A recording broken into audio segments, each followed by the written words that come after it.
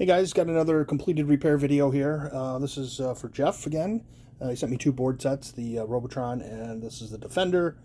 Turned out real nice. This is the MPU.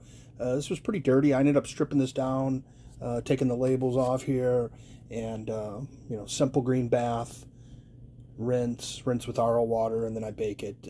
Cleans up real nice. This one had quite a bit of battery damage around here. Was able to clean that pretty good. Took the old battery coin cell holder off and put a CR2450 in. We've got all new electrolytic capacitors here. Tantalum in here for the soft start. All new Molex headers. This board too kind of had a mixed match of RAM. This one has the Toshiba ceramic 4116 DRAM, which are pretty cool. And it had, I think, 13 of them, maybe something like that, and then a couple Toshibas and some plastic dips. But I had I kind of balance out the boards when I can, so I had taken off some of these ceramics off a different board, and anyway, I was able to get a full set of the ceramic Toshibas on here, which is kind of cool. So those turned out real nice. Also on this board, it actually, when I fired it up, the socket for the CPU was bad. I went back and replaced that, and the 40-pin header here for the IDC cable where it plugs in, the pins were kind of bent and pretty corroded, and I was getting some goofy signals, so I put a brand new 3M one on with gold-plated pins I had, NOS parts. So the MPU solid. Back here on the ROM board, again, all new Molex headers with square pins, new electrolytic filter cap, new 3M ribbon cable, and then this board, when I powered it up, it wasn't working, and turns out ROM 8 was bad.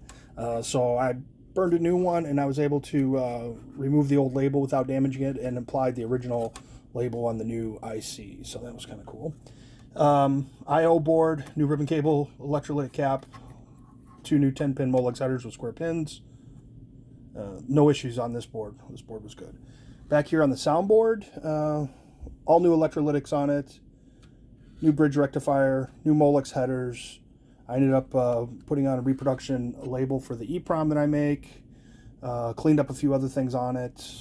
This one did the fuses like I do. I pull them out and I recrimp these so they have a lot of friction when you put the fuse back in, and then I clean up the ends of the fuse with 3M Scotch-Brite pad, and tested everything out on the bench before I bring it over. So it's working good. So we'll go ahead and boot it up here and go through some gameplay and diagnostics. I think I'll do the diagnostics first, because Defender is the only game that when you're actually in gameplay, you can't exit it to get into diagnostics. So here the audio is working well.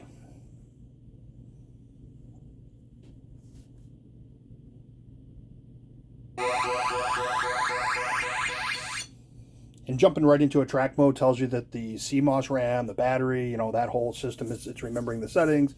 Even had some credits left on there. So again, I've got a PlayStation controller that I've wired up to my bench, and I can load different configurations for different games. So I have loaded Defender on it. So I'll coin it up here. And then actually, as I mentioned, I want to drop into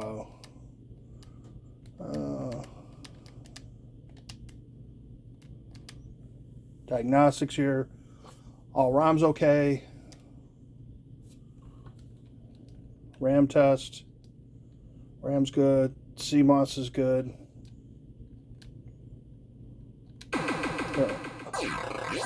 Sound test, obviously.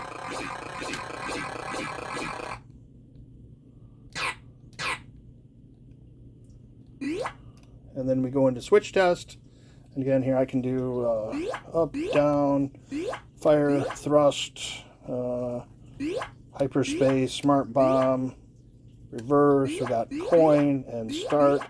And then we can go through this monitor test patterns, and then back to the normal Defender here. Whoa. So everything's really good in diagnostics.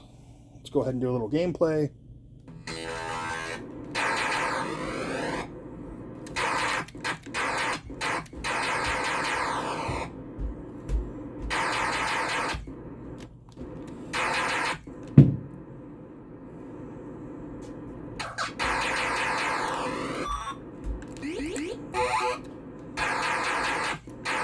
It is kind of tricky to play with this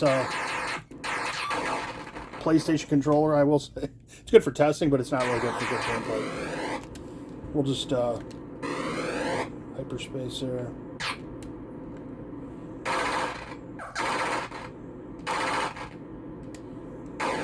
Use up them smart bombs. I think I got one guy left here. Okay.